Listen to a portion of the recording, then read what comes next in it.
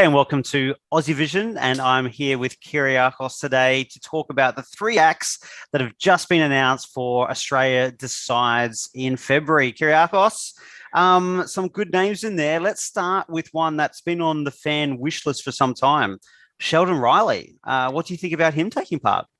Yeah, it's so good to see Sheldon get his opportunity to have a chance to go to Eurovision. Like we did those articles early in the year of like our wish list of artists that we want to go, and he had retweeted with like the dream. So it's something he's really wanted.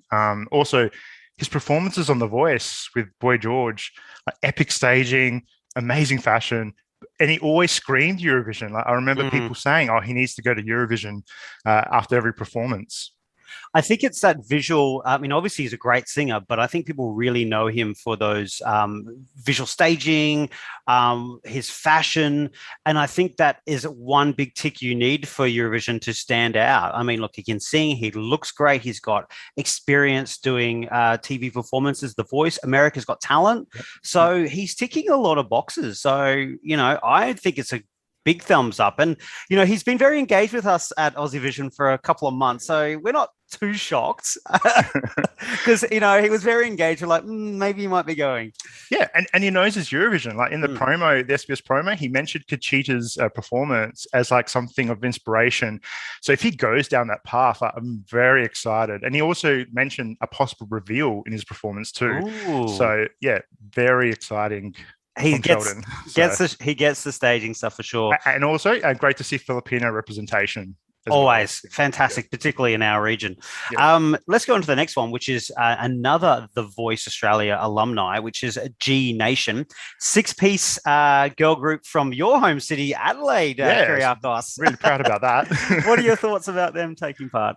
Well, it wasn't the Bardo girl band reunion I was hoping for. Only kidding. I'm really excited about this group. They formed part of the Australian Company of Performing Arts like 3 years ago. They got together back then. Okay. And they just seem very fresh, energetic, and cannot wait to see what they can bring to the Australia Decide stage.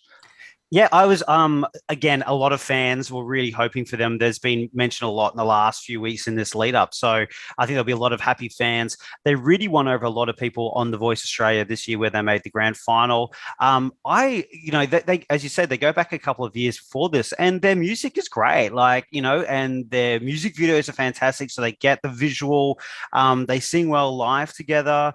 As you said, quite fresh, something different as well we haven't had a six-piece, we haven't had a girl group in Australia side. So I just love that we're just doing some new things. And hey, look, I'm a big fan of girl groups. So I'm pleased to see them in there. And I'm actually really looking forward to what they're going to bring. Like, surely you're going to have to have a real big visual impact with that many people on stage. Girl power is back, and yes. And if it's like hurricane times two, that would be amazing. So. Oh, exactly, just double hurricane, and we're good. Just lots of hair. Another really really good act in there. The next one is probably the one that will be less known to Eurovision fans, but certainly not known to a lot of people with massive social media following. Andrew Lambrou. Yeah, so he's a 23-year-old Greek. Australian Greek Cypriot from Sydney. And he's a social media sensation. Like across all his social media platforms, he has 1.5 million followers. He's big on TikTok, like 678,000 followers with 6.4 million views from all his videos. So he has a huge platform or a huge fan base online. So it's very interesting to see a TikTok artist come through. Did some digging around. He was on the X Factor Australia back in 2015, and he made the top 20. But it really is his dedication on social media and the help from his parents that has really given himself a name in the last year.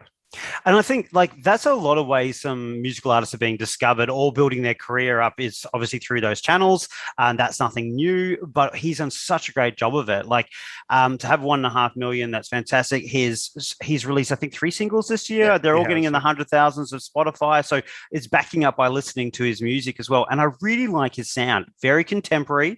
I like the tone of his voice as well. He looks great. So you pull all that together and he could certainly deliver something. And I also also like the fact that Australia decides always put someone up there that maybe a lot of mainstream won't know. Look, I'm not a massive user of TikTok, in my age bracket. And we get to discover some artists, coming through we might not have known before, like Jordan Ravi, Leah Nanos. But I think his, platform to start with is up here. And to get out to the kind of Eurovision and Australian mainstream fans is going to be fantastic. And he also has a little Eurovision connection. So all 3 singles of his this year have been produced by Dave Hammer, who co-wrote and produced Montaigne's Technicolor, and has also worked with Jaguar Jones on the last EP, Antihero. So yeah, that's already very promising to see that.